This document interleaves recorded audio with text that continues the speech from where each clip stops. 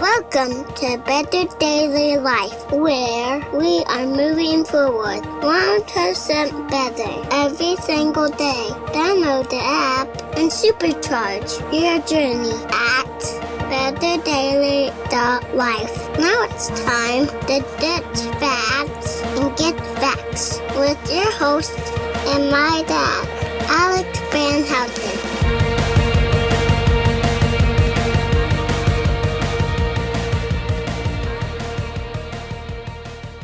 What is up, Betterment family? This is Alex Van Houten in Better Daily Live. Happy Friday. It is Flex Friday, and on Flex Friday, I help you on your 1% better journey through exercise. And today we're talking about the Gain Train. All aboard the Gain Train. I'm very excited to bring this episode to you. The Gain Train is the colloquial version, the bro speak for hypertrophy. Hypertrophy is muscle growth, and this is the time of year where I personally, and I also coach my clients to grow some muscle. There's a couple things working in our favor right now. First, it's winter time. And winter time, well, it's not technically winter time. It's getting closer and closer. The days are getting shorter and things are getting cooler around here. I don't know what it looks like where you are, but we went from an 80-degree day yesterday to it was 35 this morning or something like that. And it's only going to get cooler.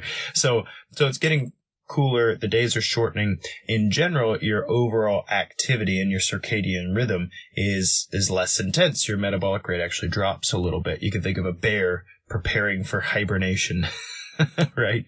Just packing on the pounds, eating all the food in sight, not moving around a whole lot. And so that said, this is the time of year where it might be better just to work with your body rather than against it. This is the time of year where I like to put most of my clients through a solid hypertrophy phase. All aboard the Gain Train. So, good morning, John. Good to see you this morning. And so it's a great phase of training because this is where you focus on muscle growth. And you might say, well, my goal, I'm not trying to look like a bodybuilder or a physique competitor. Why do I need to grow muscle? And I'm so glad you asked. There's a whole bunch of reasons why growing muscle is helpful to you. And I want to give you some quick and dirty ways to make sure that you're moving forward in hypertrophy. I'm doing this personally over the coming weeks. I mean, I just started. So if you follow the hashtag Lift100 challenge, you'll see I post my full workout. I post some notes about it, and, I'll give you that. So, if it can help to inform your hypertrophy journey or generate some questions for you, then that's great. But growing muscle is really important because, so let's say you have some goals in the new year. Let's say there's some pants you'd like to fit into. Let's say there's a reunion you'd like to look good for, maybe your anniversary, maybe even this is the time. I know it sounds weird. This is the time. If you want to look great for summer next year, you should probably get started now.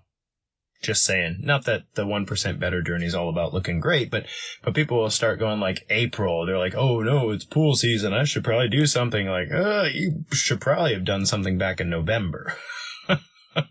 But there's that. So muscle growth is a powerful part of your process because muscle growth is it will elevate your metabolism. So if you are asking your body to maintain good muscle tissue, then it will actually elevate the amount of calories that you can burn in a day, which is really helpful if you're trying to burn fat in March and April. If you don't have a lot of muscle, burning fat in March and April is much harder in preparation for the summer, right? So that's a big deal. Another piece, and this is probably more important than anything else, muscle is very functional. If you have good musculature on your body and it exists in balance, so like your lats are balancing your pectoral muscles or your glutes are balancing your quadriceps and hip flexors, right? If you have good muscular balance throughout your body, you are going to move more functionally and with less proneness to injury. So that means that if you maintain good, healthy muscle tissue, then it's much more likely you're going to experience less pain. You're going to see less joint degradation. You'll see less acute injury. It's just all around good to maintain your muscle tissue. And the clock's working against you, by the way. After you hit your prime, for guys, it's early to mid-20s. For ladies, it's actually sooner than that usually. After you hit your prime, your muscle degradation accelerates. So unless you actively work to grow and maintain your muscle tissue, you will lose it hand over fist every year. And it gets worse and worse and worse the older we get. The buzzword's called sarcopenia. Sarcopenia, that's the loss of muscle tissue over time. And our body tends in that direction. And so I'm not saying that you have to have all the muscle you can possibly have all the time. What I am saying is if you don't train it, you will lose it 100%.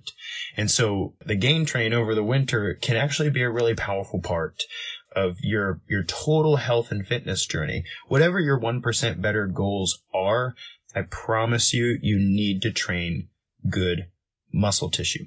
The last thing I'll say about this time of year in muscle tissue is it's the holidays, man. We got stuffing, and we got pumpkin pie, and we got eggnog, and we got all the different types of hot cocoa. And this is a wonderful time of year to take that extra energy that you'll probably be consuming and put it toward growing great muscle.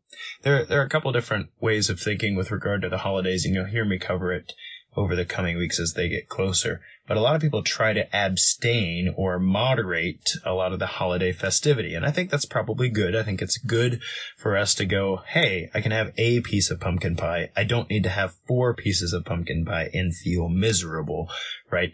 There's moderation that's helpful and necessary there. But there are some people who are like, you know what? I'm not eating any of it. I'm not going to eat that. I'm not going to eat that. I'm not going to drink that. I'm not going to do that.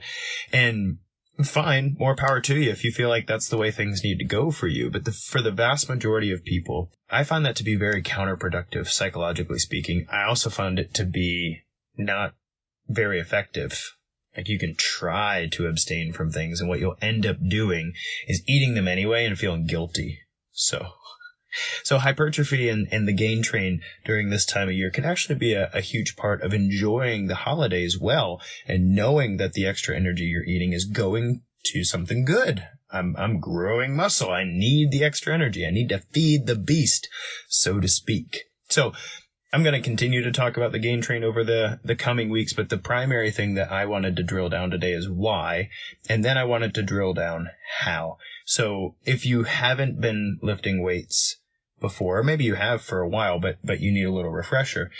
The gain train, the hypertrophy phase of training, requires heavy weight for between 6 and 12 repetitions of intensity. So you're lifting a weight that you can only lift for about 6 to 12 repetitions. It needs to be heavy enough that 12 repetitions is about all you got, and maybe even less than that as you get more and more trained, right? So 6 to 12 repetitions, and let's say you're doing shoulder press. If you can only do 3 of these, it's too heavy. It's not going to help you grow muscle very well. And if you can do 15 of these, it's probably too light. It's not going to help you grow muscle very well, right? So you need enough resistance to do that. And you can create that with body weight, depending on your training ability and conditioning level. You can do that with dumbbells. You can do it with barbells. You can do it with machines. You can do it with resistance bands. You can do it with cables. There's all kinds of different ways that you can create resistance, but that's the primary ingredient in growing muscle is resistance at a 6 to 12 repetition. There's slight wiggle room. Like, for instance, your calves are type 1 muscle fiber dominant, which means there's a whole bunch of endurance fibers in there. So maybe you need more like 20 repetitions to grow your calves, but there's not many examples like that in the body. Most of our muscle tissue needs 6 to 12 repetitions at a heavy weight to create that growth stimulus. The other thing you need is volume. Volume is the number of sets, and we usually measure it per week, the number of sets of work that this muscle group is doing at that intensity. So let's say, as an example, I want to grow my lats. My lats are my big, strong muscle that goes all the way from my spinal erectors, the lower back, all the way up and connects up here in the arm. My lats are very, very important for stabilizing my back. My lats are very important for performance exercises like pull-ups and cleans. So lats are super important. Let's say I want to grow some muscle tissue in my lats. Also helpful with posture as well. So let's say I want to grow some muscle tissue in my lats. How do I do that? Well, I need to do exercises where the lats are the primary mover, and I need at least 7 sets of work per week. And I can do all the way up to about 25 sets of work per week on my lats to continue their growth. So An example might be a lat pull down. I'm going to do 7 sets per week. I could do 3 today. I could do 4 on Friday, and boom, there's my 7. Or maybe I'm doing pull-ups. I need to get 7 sets of pull-ups per week. I could do 3 today and 4 on Friday, right? And when I add all of my lat exercises together, I need at least 7 sets of work this week. And I could go all the way up to 25 sets. I could be doing barbell rows. I can be doing dumbbell rows. I can be doing lat pull downs, and I can be doing pull-ups, and I can be doing pullovers and all the pulling. And that amount of volume, 7 to 25 sets per week, is going to grow my lat muscle. So remember, we're doing 6 to 12 repetitions, heavy enough that 12 is about all we got, and light enough that, we can get at least 6. And we're performing those exercises between 7 and 25 sets per week. And that's really the magic formula for hypertrophy. The hypertrophy really peaks for time's sake and stuff. Like, you could do 25 sets per muscle group per week, but that's so much lifting. Like, that's hours and hours of work.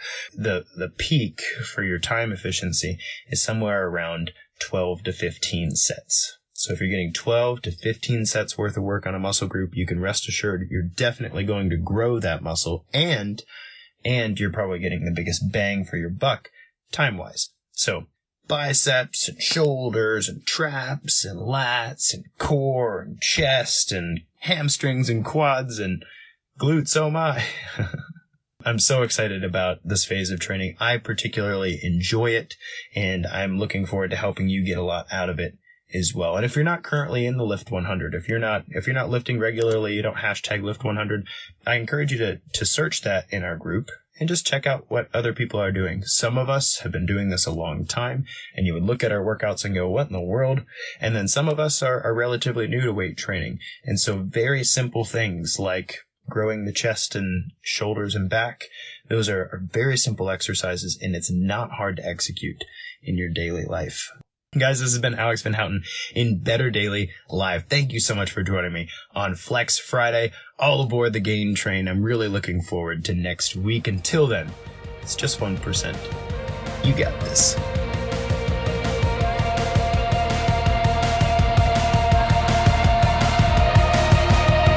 Thank you for joining us for your 1% better. Be you, just better, in mind, body, and spirit. Go to betterdaily.life, download our app, and check out our 5-star coaching resources. We all have a cross to carry. It's lighter when we do it together.